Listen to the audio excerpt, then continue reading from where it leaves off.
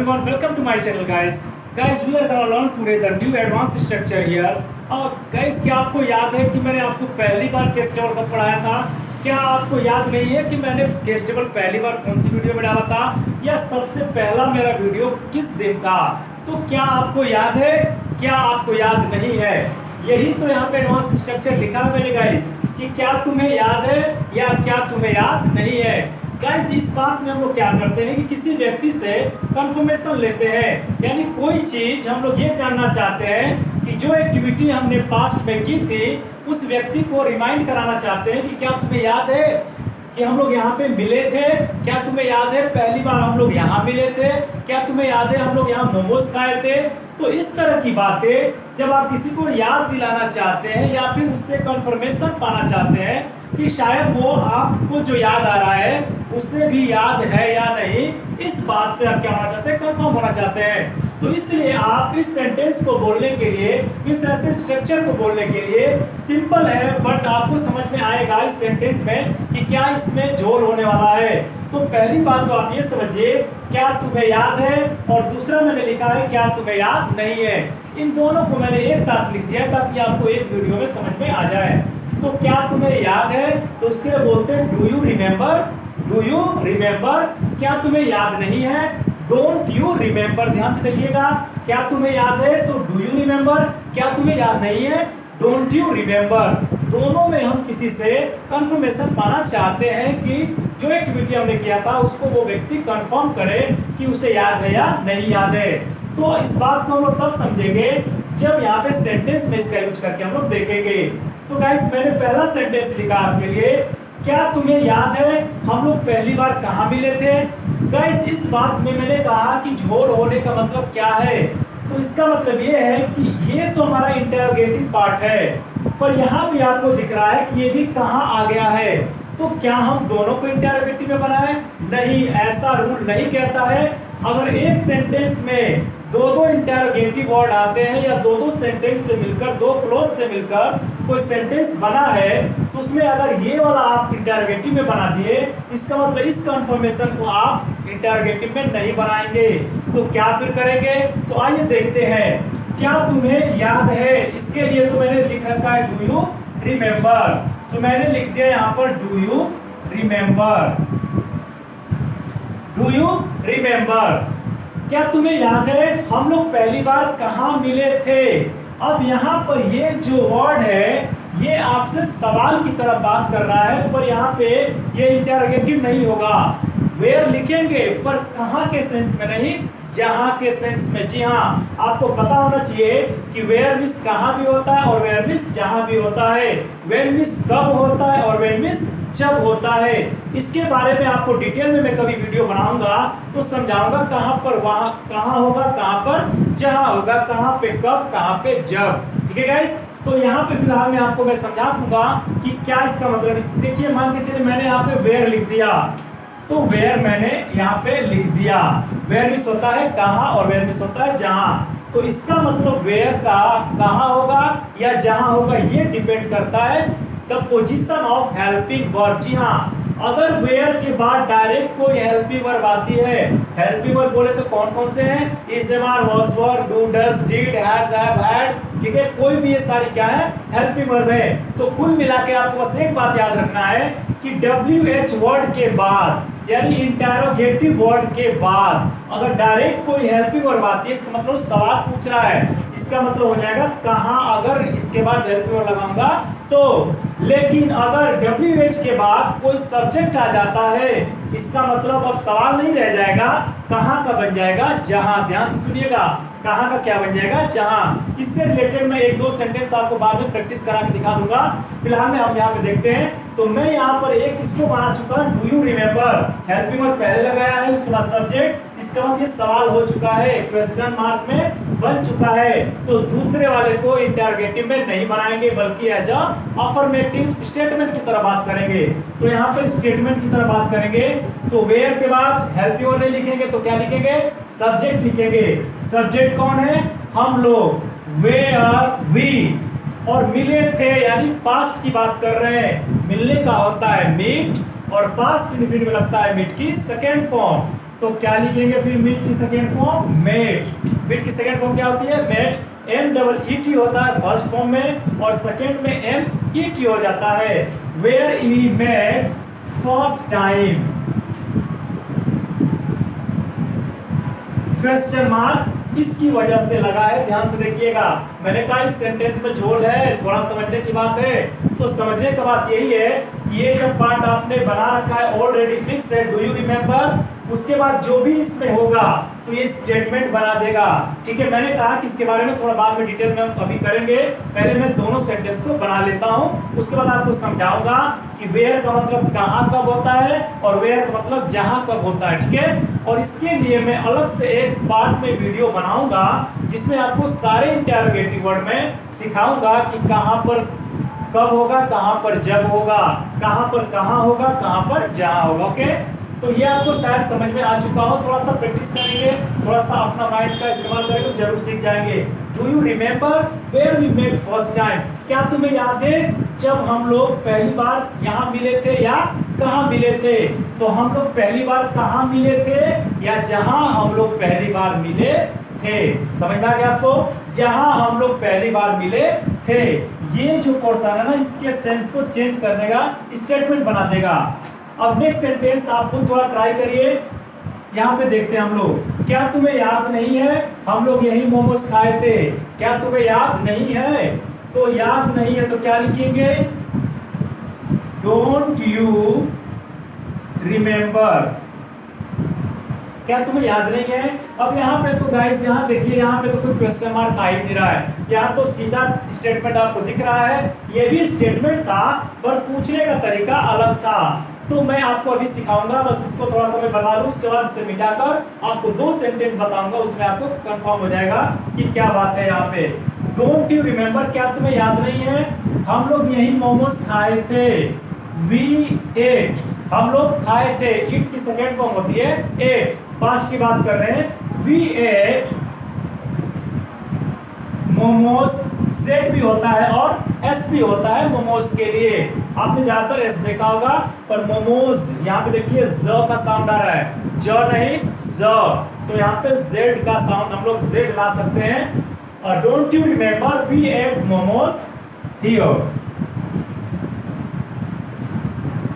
Here हम लोग यही मोमोज खाए थे। अब कोई व्यक्ति रास्ते में जा रहा है और फिर उसी रास्ते पर यानी उसी दुकान पे खड़ा हो जाता है, तो वहां पर ये बोलेगा अपने साथ वाले पार्टनर से कि क्या तुम्हें याद नहीं है हम लोग यही मोमोज खाए थे। तो उसको याद दिलाना चाहता है और उसे कंफर्मेशन भी पाना चाहता है, तो उसके लिए क्या यूज करेगा, don't you remember we ate momos here, या फिर आप हियर की जगह एट द सेम प्लेस भी यूज कर सकते हैं। ओके, तो गाइस ये दोनों मैंने सेंटेंस आपको बताए और मैंने कहा कि कहां और जहां का फंडा में क्लियर करूंगा। अभी थोड़ा सा मैं आपको यहाँ पे क्लियर कर दूंगा, इसके लिए बाकी सारे जो भी इंटरोगेटिव वर्ड है उनको बाद में हम लोग एक सेपरेट वीडियो में देखेंगे। तो फिलहाल आप लोग इतना राइट डाउन करिए, उसके बाद में इसको नोट आउट करता हूँ फिर आपको समझाता हूँ। तो गाइस मैंने दो सेंटेंस आपके लिए लिख दिए हैं डाउट क्लियर करने के लिए। यहाँ पे मैं लिख भी देता हूँ एक बार फिर से। वेयर का मतलब होता है कहां और दूसरा होता है जहां। ध्यान से देखिएगा, बहुत इंपॉर्टेंट चीज है ये, कहां और जहां। तो कहां पर कहां का सब अर्थ आएगा, कहां पर जहां का अर्थ आएगा। तो इस बात को समझने के लिए ये दो सेंटेंस आपको बता देंगे, इसलिए मैंने यहाँ पे कोई मार्क नहीं डाला है, ये मार्क आप खुद डालेंगे। तो आप सेंटेंस को पहले पढ़िए और थोड़ी देर में आप मुझे इसका आंसर बता दीजिए। Where are you going, I know well where you are going, दोनों में थोड़ा ध्यान से समझिए अंतर क्या मैंने लिखा है। अगर इस पोर्शन को हटा दिया जाए, इस पोर्शन को बढ़ा दीजिए और अब इन दोनों सेंटेंस को देखिए। पहला सेंटेंस क्या है, वेयर आर यू गोइंग, और दूसरा है वेयर यू आर गोइंग। अंतर क्या समझ में आ रहा है आपको? वेयर के बाद यहाँ पे क्या लिखा है, डायरेक्ट हेल्पिंग वर्ब आ गई है, और यहाँ वेयर के बाद डायरेक्ट कौन आया है, सब्जेक्ट आया है, तब आया है आर। तो अब बताइए कौन सा सवाल पूछ रहा है और कौन सा अपना स्टेटमेंट दे रहा है। आप जानते हैं अच्छी तरह से, पर आप दोनों में डिफरेंस नहीं कर पाएंगे। तो मैं आपको बता देता हूं ये चीज। कि यहाँ पर जो है ये क्वेश्चन मार्क, यहाँ पे क्वेश्चन मार्क रेज कर रहा है, where are you going. Simply अगर आप सेंटेंस बोलते हैं वेयर आर यू गोइंग, तो क्या बोलते हैं, आप कहाँ जा रहे हैं, तो इसका कोई ना कोई आंसर मिलेगा।